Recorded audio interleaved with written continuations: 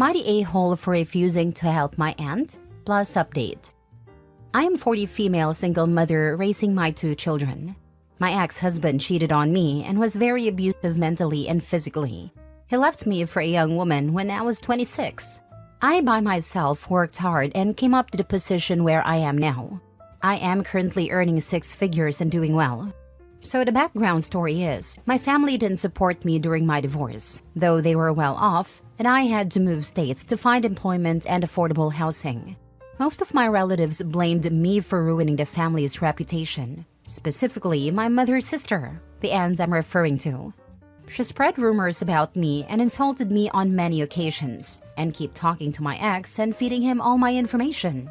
I had to go through court battles for custody for my children by myself, while this aunt supported my ex spreading rumors and helping him gain custody for 2 years. Finally, I managed to get the custody of my children and we are happy. Recently, my aunt has been calling me and requesting financial support and asking me to help her children get jobs. I told her to go and ask my ex who she supported. I don't know if I am the a-hole here, but my mother thinks it was unnecessary, and I should have supported it. So Reddit, tell me, am I the a-hole? You've worked hard to rebuild your life after all that drama. It's tough to forget how your aunt treated you during your worst times. You're not obligated to help her now, especially after she supported your ex. Your aunt has some brass yarbles. If she approaches you again, start laughing uncontrollably, catch your breath, and say no. Then ghost her. No explanations. Either she knows why, or she's freaking oblivious. In either case, you have no obligations. You're not the a-hole. They let you all down. She can go get financial help from your ex or anyone else that didn't support you. You stand your ground and support you and your children. Close that door and move on to a happier life. Not the a-hole. After what your aunt did, I'd say she can go to hell and figure things out on her own. It's amazing that she has to come back after all this time and ask you for anything, considering what she did. However, I guess that she must really be desperate and in that much of a need of help. She really shouldn't have done that to you though, because if I were you, I would either say, "New number, who's this? Sorry, don't know you, and I'm not going to help a stranger. Not with this economy. Bye now," and block. Or just block her. This particular aunt doesn't sound like she needs to be desperate to ask for help from someone she treated horribly. OP did well for herself, and now Auntie sees dollar signs. Help her children get jobs? Hell no. She raised them. They're probably lazy and motivated losers. They can get their own jobs. She needs money? Sounds like Auntie should get a job. I'm sure she thinks, maybe said, that what happened between them was years ago. Bygones at all. She's despicable.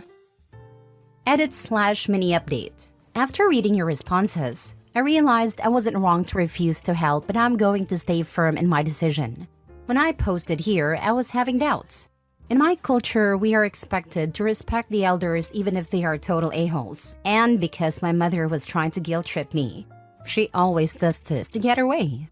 And right now, I don't want that toxicity in my life. Thanks to you guys, I decided I'm going to cut contact with my aunt and her family. And I'm going low contact with my parents for a while.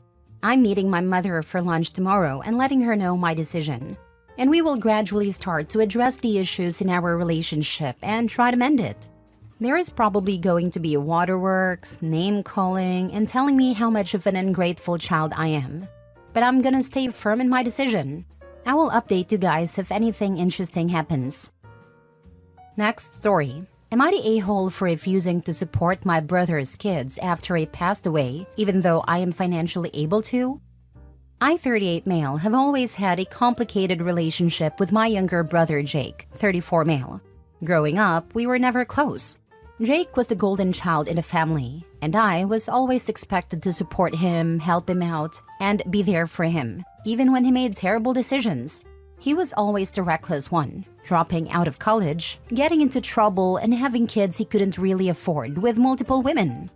5 months ago, Jake tragically passed away in a car accident, leaving behind 3 kids with 2 different women. It was devastating for the family, but I can't say Jake's life choices didn't contribute to some of his struggles. He had no life insurance, no savings, and left his kids in pretty bad shape financially. My parents, who are both retired and living on a fixed income, asked me to step up and help support Jake's kids. I'm financially stable, well off even. I run my own business and my wife and I don't have kids of our own, so we live pretty comfortably. My parents think it's my responsibility to take over Jake now that he's gone. They've been pressuring me to set up college funds for his kids, help with their living expenses, and even contribute to their mother's bills, as both women are struggling to make ends meet. Here's the thing, I don't want to. It sounds harsh, but I feel like I'm being asked to pay for Jake's mistakes. I don't have a relationship with these kids, and I barely had one with Jake. I've spent my whole life cleaning up his messes, and now that he's gone, I feel like I'm financially free of that obligation. I didn't ask him to have multiple kids with no plan for their future.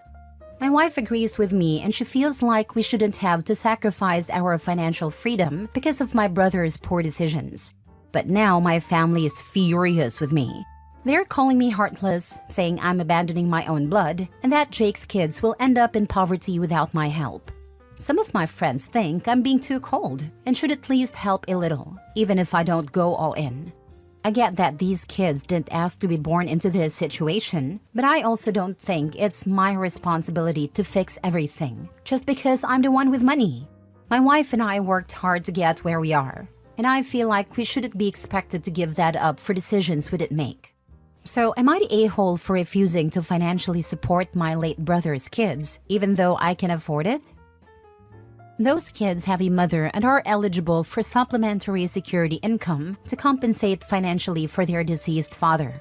It is up to their moms to manage their finances. The kids will only be eligible for SSI if their father actually worked and paid into Social Security. Doesn't make them OP's responsibility, but that is not how it works. Given Jake's age at death, we would add in that he had to work 40 quarters, 10 years, in jobs that paid into Social Security. If he were in his mid-20s, the amount of required work time would be less for your surviving minor children to receive monthly payments. Consider it child support that is always paid on time and in full. His total benefit will be split evenly between all 3 children. But the mothers need to apply. Benefits date from the date of the phone call to set up the appointment. Not the a-hole. Your parents can do it if they want to, but it is not your responsibility. They enabled your brother for years, so now they can pay the price for their poor choices in life. I agree, those kids' situation is difficult as it is, however, they still have their mothers to support them. You have no responsibility to fix everyone's problem. Your parents should not force you to do anything that you don't want, and they should respect that OP. People who thinks that it's your responsibility to help them should start chipping in with themselves and give the money to those kids, not the a-hole. I told my mother I plan to be cremated. She asked me to sign over my military burial plot so my brother wouldn't end up in an unmarked grave. This after we had already agreed he would eventually lose the house she leaves him free and clear because he will fail to pay the taxes. Sucks being the good kid, making the good decisions, then being hated for it. I'm putting $10,000 in an investment for my nephew. Nobody will know until he's a junior in high school. Him and I will have a conversation in his future. If he's got a good head on his shoulders, I will help him. If not, it will be passed to my grandkids. But I'm not just giving anyone anything. It will be on my terms. I'm sure not paying child support to some baby mother. Next story. Am I the a-hole for telling my dad he made a dumb decision and I don't need to fix it for him? My mom died when I, 16 male, was 5. I remember her, just not amazingly well. When I was 7, my dad started dating again and met Mara. At first, I was upset about Mara and my dad dating. I didn't want to meet her and gave her a hard time. She gave me space to let out all my feelings at her, and then she reassured me she was not here to take mom's place. She told me she really liked my dad and wanted to really like me too. But she didn't have to be my mom for us to like each other. At first, I wasn't sure if I believed her. But she won me over and we got along really well. She even lived with us for a year. But when I was 10, Dad broke up with Mara and said she wasn't trying hard enough to fill the role of mom for me and I needed a mom. I told him I didn't want another mom and I loved Mara, that she was the best. Mara was blindsided by it because things had been so good, and I don't think my dad had said it would be a deal breaker. Within a few months, he met his wife Stacy. Stacy was a single mom with a 2-year-old daughter. I was 11 then. Stacy was very on board to be my new mom, and I was not. I said it so many times I didn't want a new mom, and I wouldn't call someone else mom. I missed Mara and wouldn't give Stacy a chance if she tried to take over mom's place. I was ignored, and Dad and Stacy got married when I was 12. After my 16th birthday, which was June, my dad kinda realized I was serious about not wanting a mom and not giving Stacy a chance to be my mom. She has tried so hard too. She has tried to make me love her and her daughter, but I'm not here to get a new mom. I'm not open to it, something Dad now knows. It's caused a lot of strain within him and Stacy because Stacy found out I had DM'd Mara recently and apologized for Dad and thanked her for being awesome and saying I miss her. Stacy said she can't even get me to say I like her. I told her it's because I don't. That I don't like people who don't listen or who think they can make me do things like let them be my new mom. Stacy said she was expecting/promised a family for her daughter. Not this. Dad pulled me aside a few nights ago and told me he now realizes I was serious about the things I said, and he realizes I loved Mara, but that he really wanted the best for me, and someone who wouldn't even try to be my mom wasn't it. He told me Stacy would be such a good second mom to me, and I could have a sister if I give this a chance. He said his marriage could end if we can't pull together as a family. I told him he made a dumb decision and I wouldn't fix it for him. I said it was fine if Mara just wasn't the one for him or if their relationship changed. But I loved her because she wasn't my mom. She was someone I could trust and love as Mara. And that my dislike of Stacy wasn't changing, and neither was my unwillingness to get a new mom.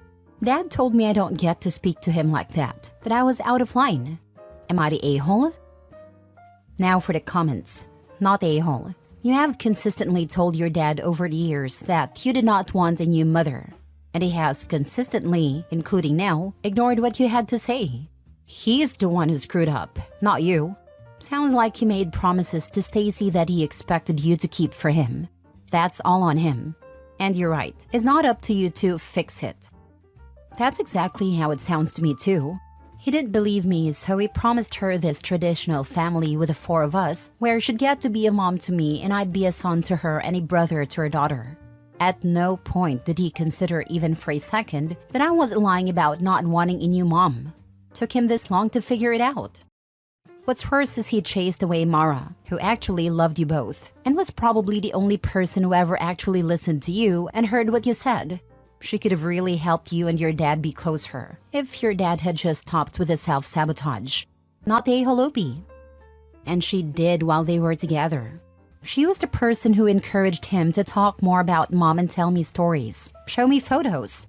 He didn't do that naturally, but he opened way up with her encouragement and I learned so much. Last story. Am I the a-hole for playing favorites with my grandkids and when confronted by my daughter-in-law, telling her that it's due to her? This post is about my son and Amy, my daughter-in-law. They have been married for about 10 years and have 2 kids. They're 10 and 6. At the beginning, I really tried to get along with her, but she made it difficult. She's not very sociable and always put her own mom overseeing her husband's side of the family. This is really apparent with holidays and the kids. She always chooses to go to her mom's for holiday, even if I do it on an early day or late day.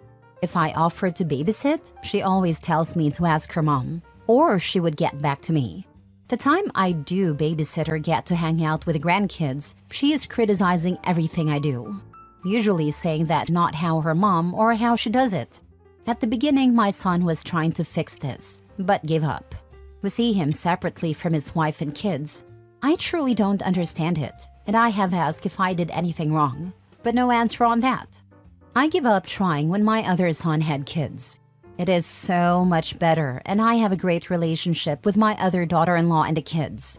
The kids are 9, Ava my step-granddaughter, and 4, grandson. So I gave my Ava a family necklace that was my mother's. She loves it, and has been wearing it everywhere according to my son. That also includes school, which started this issue. My daughter-in-law called up and asked why Ava got a family necklace, but her daughter at 10 didn't get one. I told her I just wanted to give it to Ava.